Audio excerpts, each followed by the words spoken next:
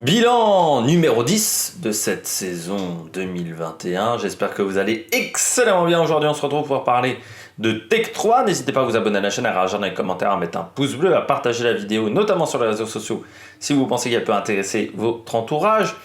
C'est Tech 3, la seule équipe française du plateau, mais ça n'a pas été facile pour les supporters de Tech 3 cette année, et notamment les supporters d'Hervé Poncharal. On fera le bilan de cette équipe et le bilan des pilotes et les enjeux 2022. On commence donc Tech 3 qui finissent assez loin au championnat du monde par équipe, et qui finissent 11e, c'est-à-dire ils ont fini dernier avec 76 points. 4 places, 2 perdus et 76 points de perdus. Donc c'est la troisième pire saison après 2001 et 2019 pour Tech 3. 11 abandons, ce qui est également le pire score de la saison, et 36 chutes, ce qui représente 13% des chutes de la MotoGP sur cette année. J'ai décidé de mettre 5 sur 20, vous allez me dire c'est très sévère. Non, c'est pas très sévère. C'est pas très sévère parce que l'année a été catastrophique. Catastrophique pour l'équipe, avec 2 pilotes qui n'étaient pas dans de bonnes dispositions. Et pourtant, Tech 3, je vais tout vous dire, je m'attendais pas à grand chose. Parce que Icar Lecuona, pour moi, je me suis toujours dit pourquoi le KTM l'avait fait monter en MotoGP. Je pense que c'était parce qu'il n'y avait personne dans leur école, on va dire, dans leur structure jeune, on va dire, du côté de KTM. Et Petrucci, je me disais, il va peut-être se relancer. Parce que peut-être que dans une autre structure ça sera plus facile, mais je rappelle que Petrucci il a pris Tech 3 parce que personne voulait de lui, et que Tech 3 s'est dit ça nous fait un peu chier de prendre 2 pilotes débutants, donc de prendre 2 pilotes débutants, de prendre un débutant avec Lecuona, donc on va peut-être plutôt prendre un pilote qui a de l'expérience. Ça a quand même été une moto difficile, et là encore une fois, ils subissent également les problèmes qu'a eu KTM, notamment au niveau châssis, et les atermoiements de KTM qui ne savaient pas où aller, qui n'a pas eu de direction franche à un moment en termes de développement, et ça a été compliqué. Et il y a aussi un choix de pilote qui n'est pas du ressort, je dirais forcément de Poncharal, qui est également lié à ce que veut le constructeur et ce que veut KTM. C'était une année difficile. Malgré tout, il y a un point un petit peu d'éclaircie sur cette saison 2021. C'est le lien extrêmement fort entre KTM et Tech 3. Il y a un lien qui est très fort, il y a un soutien de KTM qui est bien plus important qu'à l'époque de Yamaha, et ça je pense que c'est vraiment un plus du côté de KTM.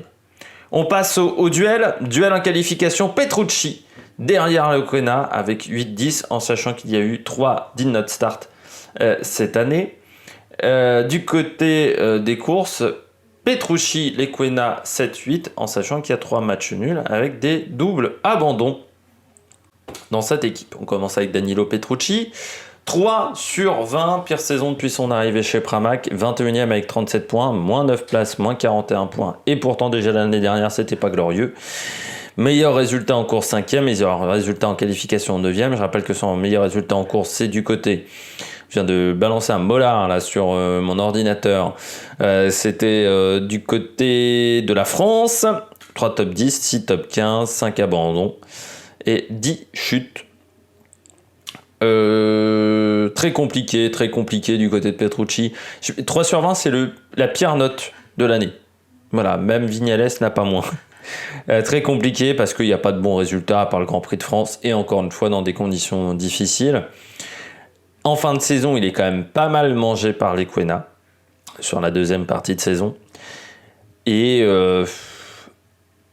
Petrucci 3 sur 20, parce que même si j'attendais pas grand chose, il a quand même déçu mes attentes. Il a fait dans sa carrière une bonne demi-saison. C'est fou, hein, Petrucci, mais moi je l'ai apprécié, on va dire. J'ai trouvé qu'il avait été performant que sur une bonne demi-saison en 2019. Et depuis, ça a été très compliqué, mais même avant, j'étais pas un grand fan de Petrucci, et après derrière, je trouve qu'il a baissé les bras très très vite. Il s'est caché derrière son gabarit, parce qu'il faut savoir qu'il est un peu plus massif que les autres pilotes, un peu plus lourd que les autres pilotes. Il s'est caché derrière ça pour expliquer ses résultats. Alors déjà, quand on est un peu plus lourd ou un peu plus massif, on peut réfléchir à comment on peut faire évoluer son physique. Si on est trop lourd, ça arrive. Ou à trouver des méthodes dans le pilotage pour s'en sortir. C'est ce qu'a fait notamment Rossi. Rossi, quand il arrive en moto, il est plus grand que les autres pilotes. À l'époque, les pilotes de moto, ils étaient tout petits. Mais il y en a d'autres qui ont fait ça. Moi, je me souviens de Ericsson qui avait décidé de plus d'embarquer de gourde, ou des pilotes qui faisaient des régimes. C'est pas parce qu'on fait des sports mécaniques qu'on peut pas s'entretenir physiquement et qu'on peut pas non plus faire des régimes. Prendre en compte son poids. Et ça aurait dû... je trouve qu'il s'est caché derrière ça, alors que c'était pas la seule raison. Je pense qu'en termes de pilotage, c'était pas top, et que il a pas trouvé le mode d'emploi de cette KTM. Je pense aussi qu'il a peut-être baissé les bras en début de saison très vite, parce qu'il s'attendait à avoir plus de temps. C'est vrai que normalement, il devait pas rester qu'un an, Petrucci chez KTM. C'était un contrat de 2 ans ou 3 ans même. Sauf que il s'est fait virer. Et moi j'ai envie de dire, il est un peu bête. Faut toujours se méfier de KTM. De KTM et je dirais plus largement du giron Red Bull en sport mécanique. On sait très bien comment ça marche. Si les résultats sont pas là, tu peux te faire dégager. Il s'est fait dégager avant le terme de ce contrat. Alors, il a un cadeau, c'est d'aller au Dakar. On ne sait pas ce que ça va donner au Dakar. C'est la première fois qu'un pilote de moto de course, on va dire de moto de circuit, va au Dakar. Il va devoir apprendre la navigation, le franchissement des dunes. On va voir ce que ça va donner. C'est intriguant. Un peu comme Alonso, ça va peut-être nous intéresser tous les jours sur la course moto l'année prochaine sur le Dakar. Vous savez que je suis un très grand fan du Dakar. Mais oui, je sais pas trop à quoi m'attendre, en fait, très clairement, à cette arrivée de Danilo Petrucci. On passe à Iker Lecuona. 7 sur 20 pour Iker Lecuona, 20e avec 39 points en championnat du monde. C'est 12 points de gagné, mais pas de position en championnat du monde. Il a quand même fini 2 points devant Danilo Petrucci, 3 top 10, 8 top 15, meilleure qualification 8e, meilleure course 6e, 6 abandons, 26 chutes. Il est premier dans ce classement, ça représente 72% des chutes de son équipe. Bon, Iker Lecuona, je mets 7 sur 20, pourquoi ? Beaucoup moins d'attentes que Danilo Petrucci, moins d'expérience aussi, et bon, je l'ai toujours dit, moi j'ai jamais compris pourquoi ce mec-là, qui était pas très bon en Moto 2 en 2019, on l'a fait monter en Moto GP. C'est rare quand même les pilotes qui sont moyens en Moto 2 et Moto 3 et qui deviennent extrêmement bons en Moto GP. Il y a eu quelques cas, mais c'est quand même extrêmement rare. Et Lecuona, il n'a pas réussi à faire mieux. Il y a eu un début de saison qui était très compliqué avec beaucoup trop de chutes. Puis il a eu de toute manière trop de chutes cette année. Et pour un pilote qui manque d'expérience, qui manque de confiance, chuter tous les grands prix, parce que 26 chutes, c'est-à-dire que, je rappelle, cette année, il y a eu 18 courses. C'est-à-dire qu'il a chuté en moyenne une fois, à peu près presque une fois et demie, chaque grand prix. C'est beaucoup quand même.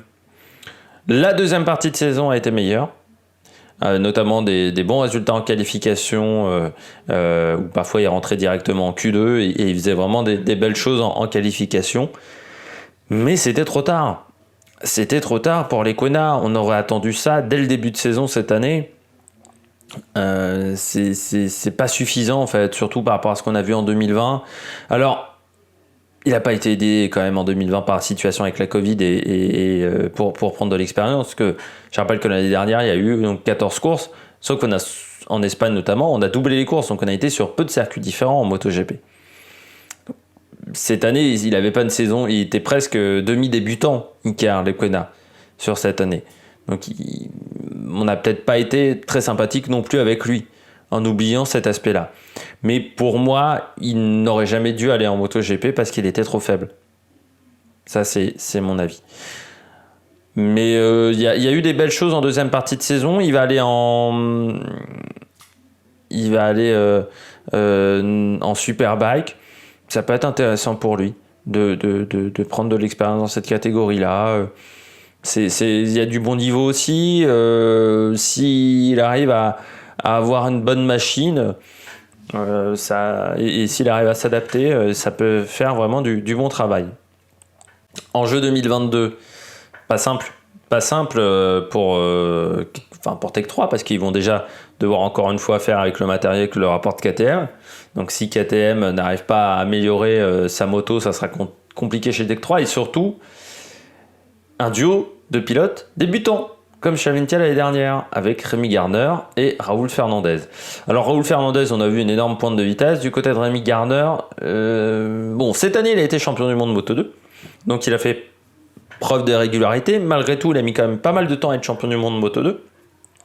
Et un de ses soucis, c'était mentalement, c'est un pilote un peu foufou quand même, Rémi Gardner. Donc on va voir ce que ça va donner. Après, Tech 3 a l'expérience des jeunes pilotes. Ils ont souvent formé des jeunes pilotes tout au long des 20 ans de MotoGP. On pense à Zarco, on peut penser à Guintoli également, même à Crutchlow. Il y avait eu Tosland, il y a eu, comment il s'appelait, Ben Spies également. Donc ils savent faire. C'est peut-être l'une des meilleures équipes pour débuter. Mais bon, parfois ça n'a pas marché. Et c'est prendre un gros risque, je trouve, même si on sait que Raoul Fernandez, il y a un vrai talent, et c'est pour ça que Ducati et beaucoup d'équipes se l'arrachaient cette année. J'espère que vous avez aimé cette vidéo. Si vous avez aimé cette vidéo, n'hésitez pas à vous abonner à la chaîne, n'hésitez pas à réagir dans les commentaires, à mettre un pouce bleu, à partager la vidéo, notamment sur les réseaux sociaux. Dans les commentaires, n'hésitez pas à noter, notamment le bilan de Tech 3. Nous, on se retrouve donc pour une dernière vidéo, la 11e vidéo de ces bilans MotoGP, et on aura le meilleur pour la fin parce qu'on aura Fabio Quartararo et Yamaha. Je vous rappelle que c'est dans l'ordre alphabétique. Allez, ciao ciao sur les mecs productions.